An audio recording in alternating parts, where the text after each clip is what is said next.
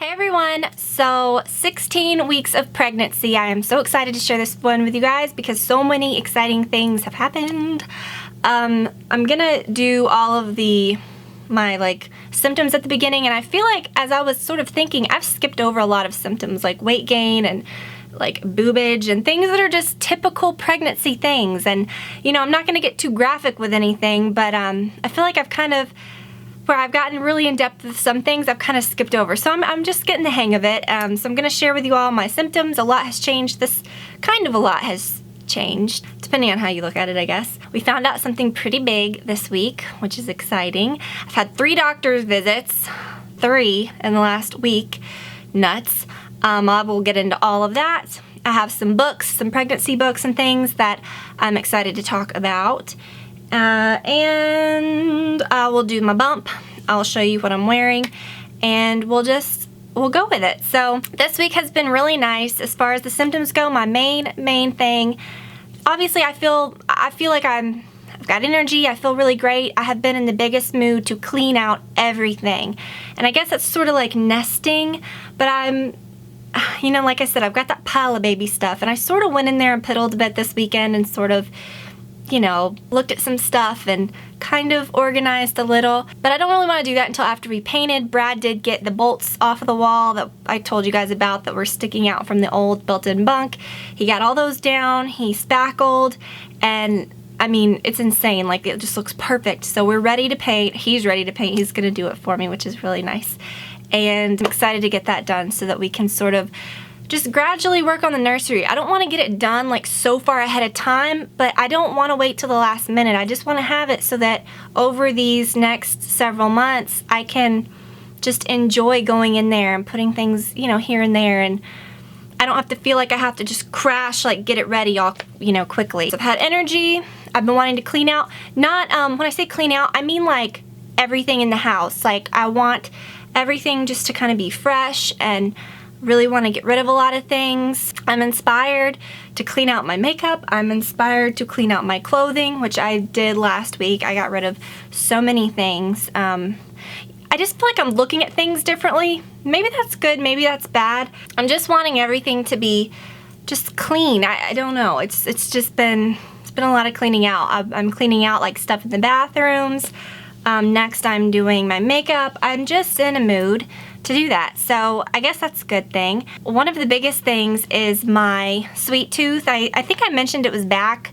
And when I say that, it's a big deal because when I was in my first trimester, it was like everything I would put in my mouth that had any sugar in it was just absolutely revolting. Not like a food aversion, like nausea, but it felt like I was like in a sugar coma. Like, I felt like I was having major blood sugar spikes, like bad problems. And I thought to myself, I really hope this doesn't last throughout pregnancy because I don't want it to cause any like actual problems. But thankfully that went away. I feel back to my normal self. I've never been a big sweet tooth person. If something sounds particularly good, I'll eat it. But I mostly crave salty stuff, just normally anyways, and that's been consistent through this pregnancy. But the 2 things that I've craved so far has been pineapple in a major way, and I've been eating these Edie's popsicles. I wish I knew the exact name. I think they're Edie's Outshine or Edie's something. They're really good, really natural, like pineapple popsicles. They just taste so delicious. So I'm able to eat sweet things again. That's really nice. Even when I was in my first time, I couldn't even eat or drink like ginger ale when I was sick, or Gatorade. I remember one time I took a sip of Gatorade and had to go spit it out in the sink because I felt like I was gonna pass out just from the taste. Still really out of breath. And I talked to my doctor about that, and she was like, it's totally normal for this early.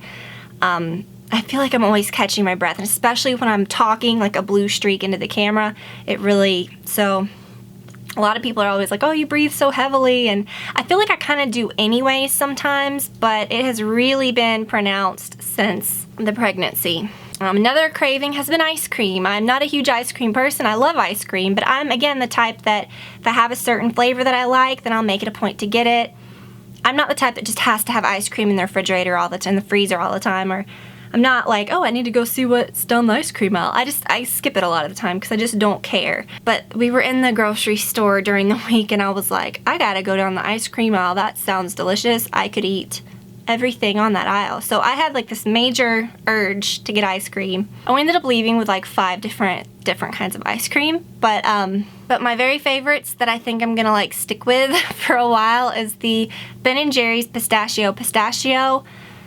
It's the best pistachio ice cream I've ever had, and the Edie's Butterfinger. So ice cream's been a big one.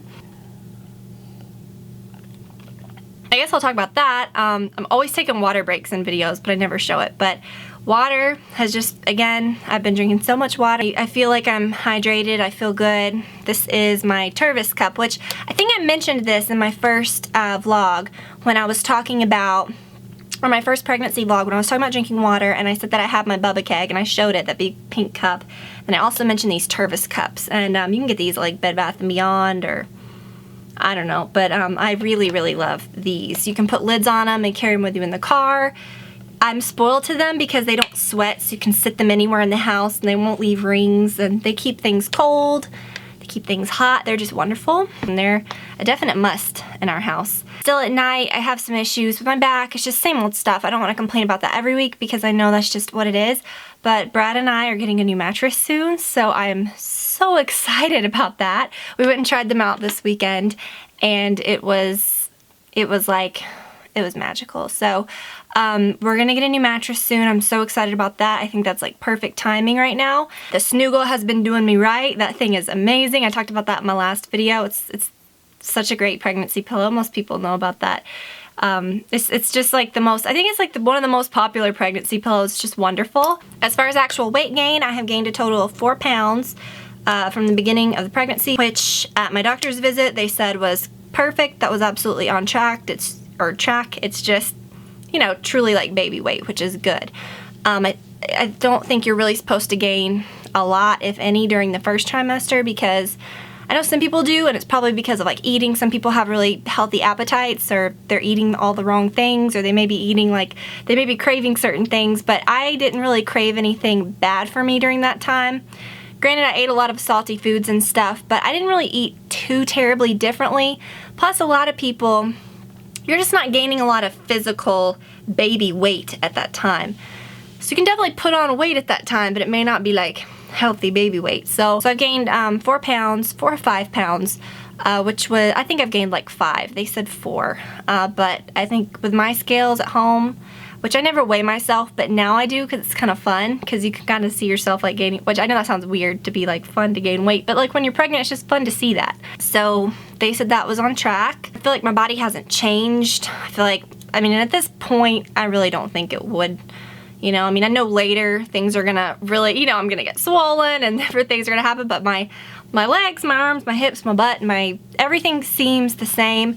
When I feel down on my waist right here, I can feel, it feels a little, you know, you can feel where the belly's coming around, which is cool. But I don't feel like I've gained any weight, really. My boobs, I mentioned that, I know this is funny, but they were obviously just typical, really sore and horribly sensitive during my first trimester, but now they're fine. I do feel like they've gotten a little bit bigger, but my belly is pretty much the main change, and I'll show it to you. Not sure if you can tell if it looks a whole lot different than last week. I feel like it does. It's feeling good though, but this dress, I will mention, this is from Target. This has been probably, it's a maxi dress. I'll kind of back up so I can show you. This has been probably my most worn maternity item. I ordered it from Target. I think it's that like Liz Lang Target maternity brand. It cinches at the waist. It's really nice. It's plenty long enough, so if you're tall, you'll be fine. If you're shorter, you can probably just cut it. I know I did that with some of the ones that I have. I've been loving this dress. It's just so easy, and I throw it on all the time. But again, I'll try to find it and link to it below. My 3 doctor's visits, I went to my 16-week appointment, which happened like at the 15-week, 5-day mark, and they said everything was fine. Don't really remember exactly anything big that happened. It was just a typical like pee in a cup, asked the doctor some questions, no big deal appointment. She told me that I had to have a blood test that could only be done after 16 weeks. All my blood work from before was good. I wasn't a carrier for cystic fibrosis, which was nice. There was a lot of other blood tests that they had done during my 12-week, and everything was fine. So that is really good. All my tests that I've had have come back good, which is good. So I think this screening was the blood test was a screening for spina bifida, so they ordered me just to come back anytime. I didn't need an appointment, so I went back and did that yesterday. And during the 16-week appointment, they informed me that I would not find out the sex of the baby until my 20-week appointment I have a 20-week appointment at my regular OB, and then a 20-week appointment at the specialist, which is where I go to a separate doctor. They do the ultrasounds. I did have an ultrasound at my regular OB when we first went, and then I had the 12-week one at the specialist, which I really, really loved. That's where they did all the screening for Down syndrome, and they just screened for a lot of different stuff, and they did like blood, gene, or chromosome tests and stuff. I really, really liked that place, and I liked the doctor. He's not my doctor that will deliver. That is my OB office that I go to, and I really love them as well. But I do really like going to that specialist place. So they said that I wouldn't have any more ultrasounds at my OB office until maybe at the end. So my next appointment there is going to be at the 20-week, and they check for all kinds of other stuff, and they'll tell me the sex of the baby, and that's not going to be until early September. I'm not into that, and I could not wait. So they said that it was perfectly fine to do an elective ultrasound, which they can tell the sex as early as 14 weeks. We went and we had that done, and we know the sex of the baby. I'm going to be really nasty and not tell you, but I'm going to tell you next week, because a lot of our friends and family don't even know. We're doing like a little gender reveal party thing this weekend. So I really wanted to tell a lot of them in person.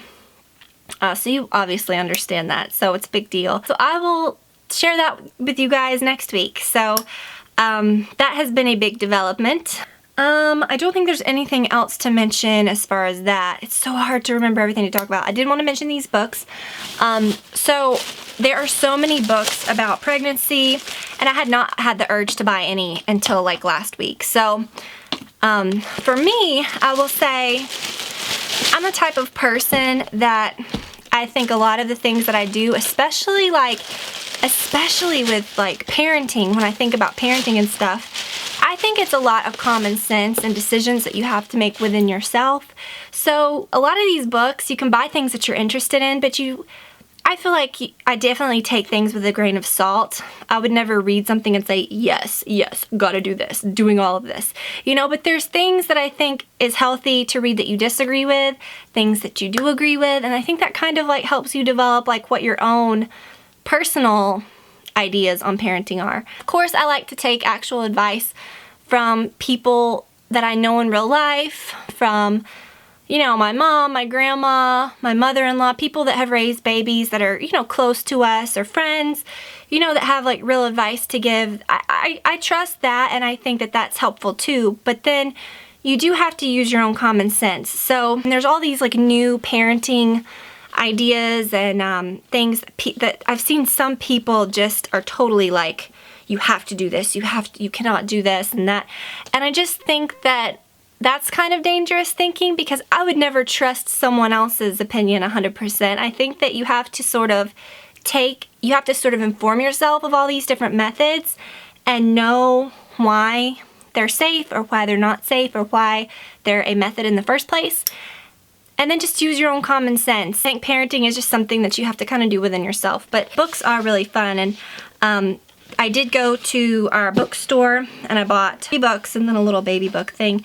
And then I had ordered this one on Amazon, and I'm really not through it at all, but I've got the gist, and I'm a little ways through it. But it is The Happiest Baby on the Block, and I thought that it sounded interesting. It says, the new way to calm crying and help your newborn baby sleep longer.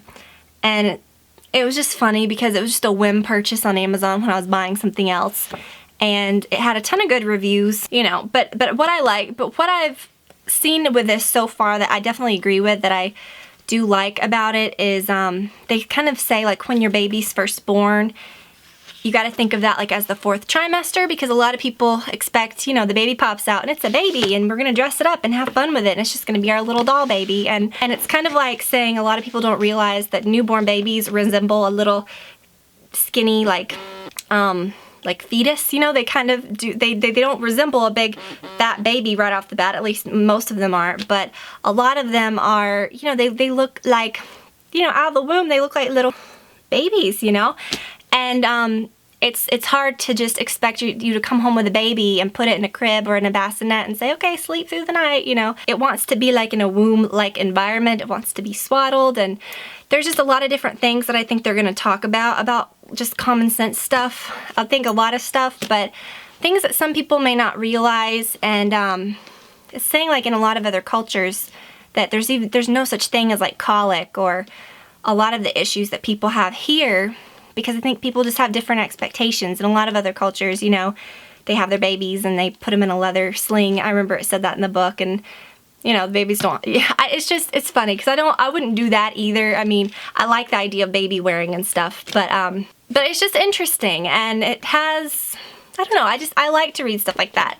Again, I think it would be so stupid if you read a book like that and you were like, I'm gonna do everything in this book. Like, just because you read a book doesn't mean you're gonna do all that, but it is good to sort of take it with a grain of salt and do what you want to do and not do what you want to do based on, I just think it's good to be informed. So I had ordered that, and then I went to the bookstore, like I said. I actually did this today, and I got What to Expect When You're Expecting. This is, I think, the most probably well-known like pregnancy book, and it's just kind of neat. It talks about, I don't know, just things you can do, and I'm excited to read that. When I walked into the bookstore, I had never really looked at pregnancy books before, and there was a girl that worked at the store, so when I walked in, she was like right there at the front, and I asked her, you know, where the pregnancy books were, and she was like, let me show you, and she walked me all the way back, and she pointed out this, of course, and she was like, this is, you know, the most popular, like this is the most best-selling like pregnancy books or something. And I was like, yeah, that's the one I came in for. And then she pointed out this one and said she heard this was really good. And I read about it and thought that it sounded interesting. And it's called Bringing Up Baby. I'm pretty sure that's how you pronounce that as well. Bringing Up Baby. One American mother discovers the wisdom of French parenting. So, oh, there's a giant crayon mark on the front of it. Okay, well, that's all right. I thought it sounded like something that I would be interested in. And again, you know, just it's fun to read all this different stuff. I wasn't planning on buying like a baby book because a lot of them freak me out. I've looked at some before, and I even looked at one today in the store. And when you open them, it's like 104, like every single page has like hundreds of firsts. Like, I understand like first steps, first word, first this, first. It was so many different things that were so specific that you would never think. And it's like, am I really gonna like fill all this out? Probably not. But I do think it's cute to have some things. And this one I thought was just really sweet. It seemed like something that would be easily kept up with. Nothing too fussy. It was just a cute little book, and it says Baby's Record Book. Cute as a button. Oh, it has a little button on it. Does that do anything? I don't know if that's supposed to do anything. I don't think it is. I think it's just a little button. But I liked how it is because it's almost like something that you do to give to your child. Like it says, all about mommy, you know, has like facts about me, my favorite things to do, the things I love most about you, our memories. You can put little things in the pockets, you know. All about daddy, same things. We're expecting, and then it has like the little photo, you know, the little hippos looking at the little photo. And you know, first people we told, we celebrated the news by. Just simple stuff that it's not like you're writing a book. It's just fun stuff that you're actually gonna fill out.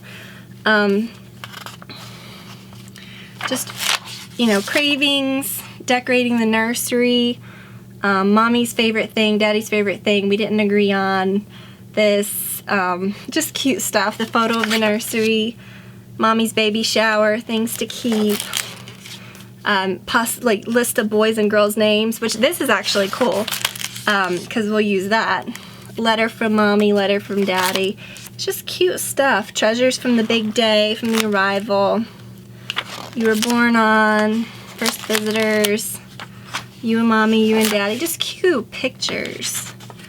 world events the day you were born. That's kind of neat. I think this would be something that would be fun to give to a child one day. Like if I would have liked to, you know, I mean, this is kind of neat. It's nothing crazy, but, you know, and then the first week, the first month, the second month, third month. So it's nothing too hard to keep up with. All the way up until the first birthday. Pictures.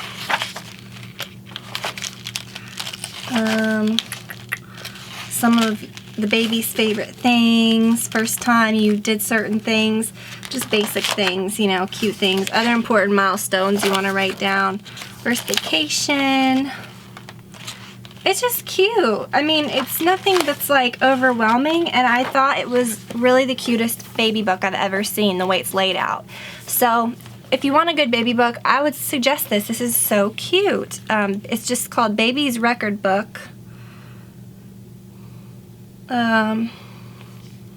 Baby's Record Book.